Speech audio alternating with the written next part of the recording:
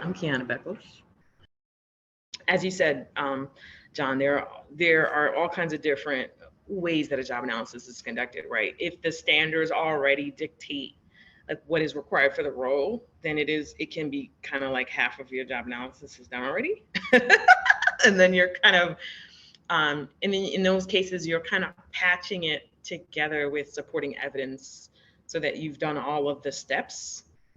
But in other cases, you don't necessarily have the standards there, and so you have to do the whole process from scratch, from observation to analysis. This slide just talks about some of the other areas where you might conduct a job analysis or where one might be needed. I don't know that I've ever seen. I mean, yeah, generally, right, for those of us who are changing the field, we'd be conducting one in order to develop a job description. We all know that a lot of folks just write job descriptions. If they have an opening, they'll have, the secretary put together a job description. But really, in its truest form, a job description should be written based on the findings of a job analysis. Job analyses are used as the foundation for test development. They're also used for training and development. They're used for performance management. To say that they're used for organizational management, I don't know. I mean, once you have a practice analysis, you can kind of use it for all kinds of different things. They certainly are used for litigation protection. If you have a job analysis in place, you can legally qualify or disqualify somebody from a role based on the evidence that is developed within the findings of the job analysis. Again, we always talk about these things from the perspective of the employer or from the perspective of the test developer. And I agree that we should take more comment from the test takers as well and talk about prospective benefits or disadvantages for the test taker. But here we've listed some of the benefits for the employers, which really talks about effectiveness, efficiency. Legal compliance is always there because legal compliance is kind of the birth and foundation and utility justification for our field. And so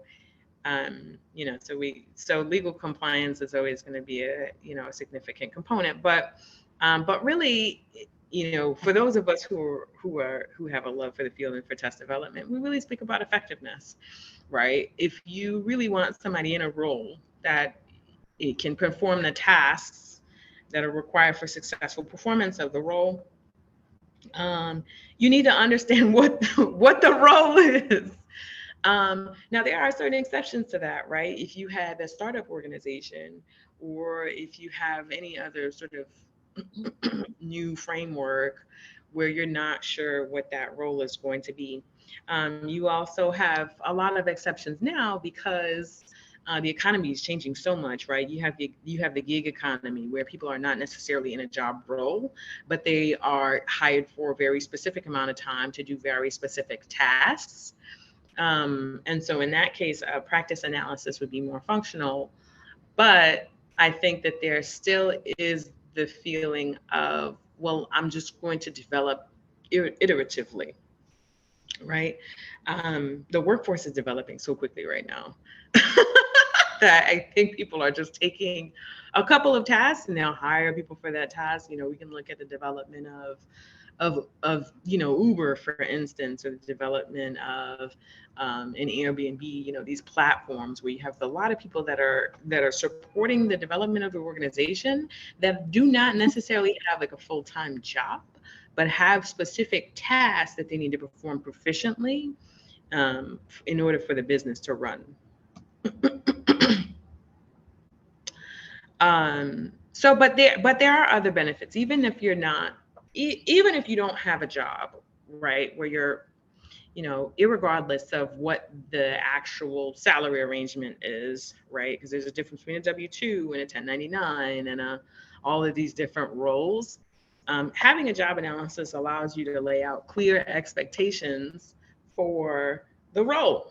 This is why anytime you're hiring or anytime you're credentialing, you should be able to know what people are going to do.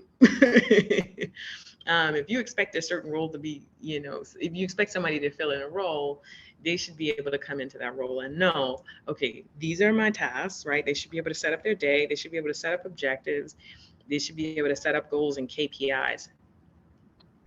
I'll add to that, right, that you can use this to develop KPIs.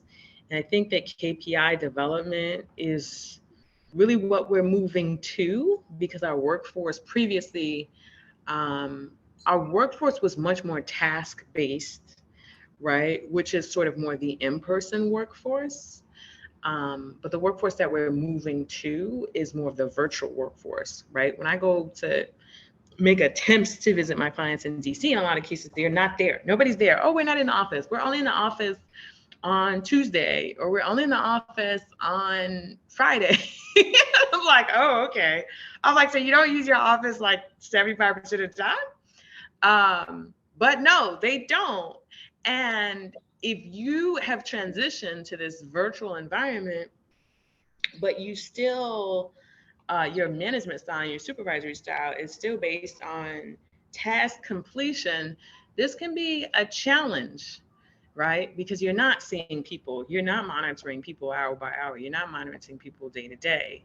And so I think transitioning our thinking from task basis to KPI basis is going to be really important for the future of job analysis too, right? Because if somebody is working virtually and remotely, really what you want to understand and be it what you want to have in order to measure their work is the KPIs developed so that you know whether their deliverables were complete.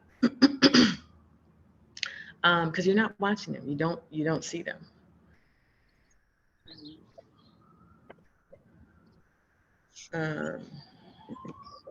So that slide talks about performance evaluation, which, does anybody want to talk about performance evaluation? Because I feel like performance evaluation. Okay.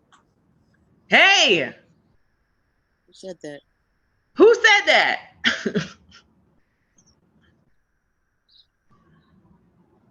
Hello? I don't have all of my screen set up today, so I can only see the slide. I think you all can still see me, but I can only see, once the screen shares up, I can only see the slides. So this slide talks about the process of a job analysis. You start out with job identification and selection. You determine what your data collection methods are, and then you go through all of that data. You have to analyze it, and then you generally will put that data out to a larger pool to validate what's been developed by the smaller pool.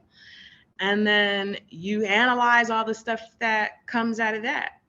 The general fruits from a job analysis are going to be your task list, your KSA list, your task list, your knowledge list, your skills and abilities list. Those are going to be the general, I would say, standard outputs from a job analysis.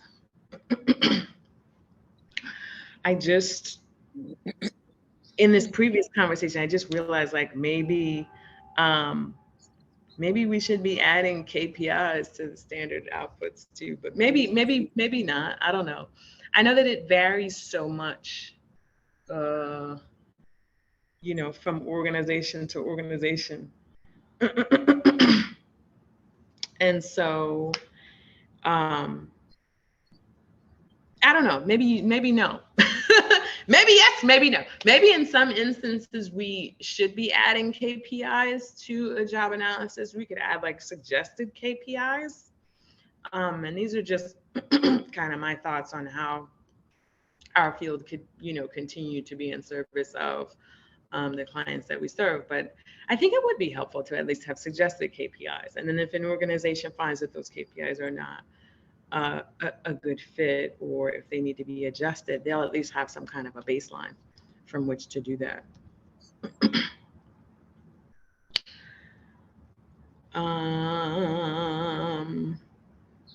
Okay, so we talk about which stakeholders are involved in the development of a job analysis. You're going to have a lot of stakeholders.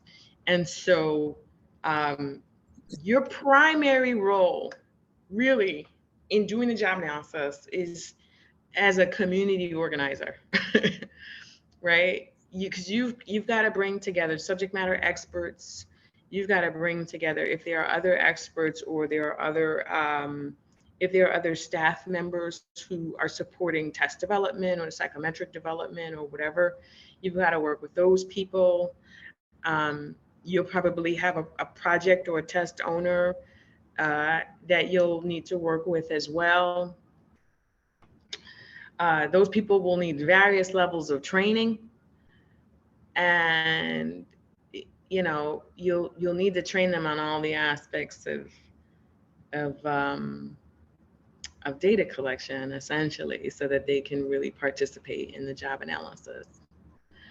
Um, and so in our virtual job analysis, we and traditionally we did these things on site. So we were like bringing together people on site and putting them all in a room together, and people were hashing out all of the data collection while they were sitting together. And then you had to feed these people, you had to order lunch, and then you had to house them. It was a whole thing.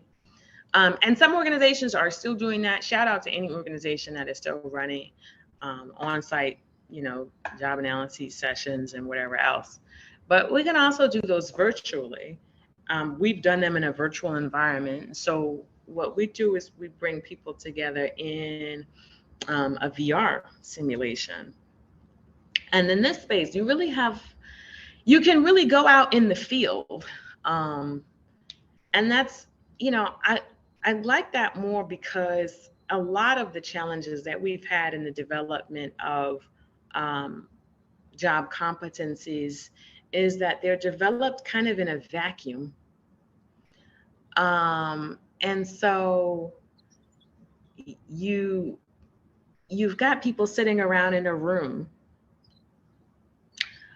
commenting on a set of tasks or commenting on a set of task lists that's being presented to them, but you don't get to interact with the actual tools. So one example, I'll use which example? I'll use the food example because we can actually share some of those videos.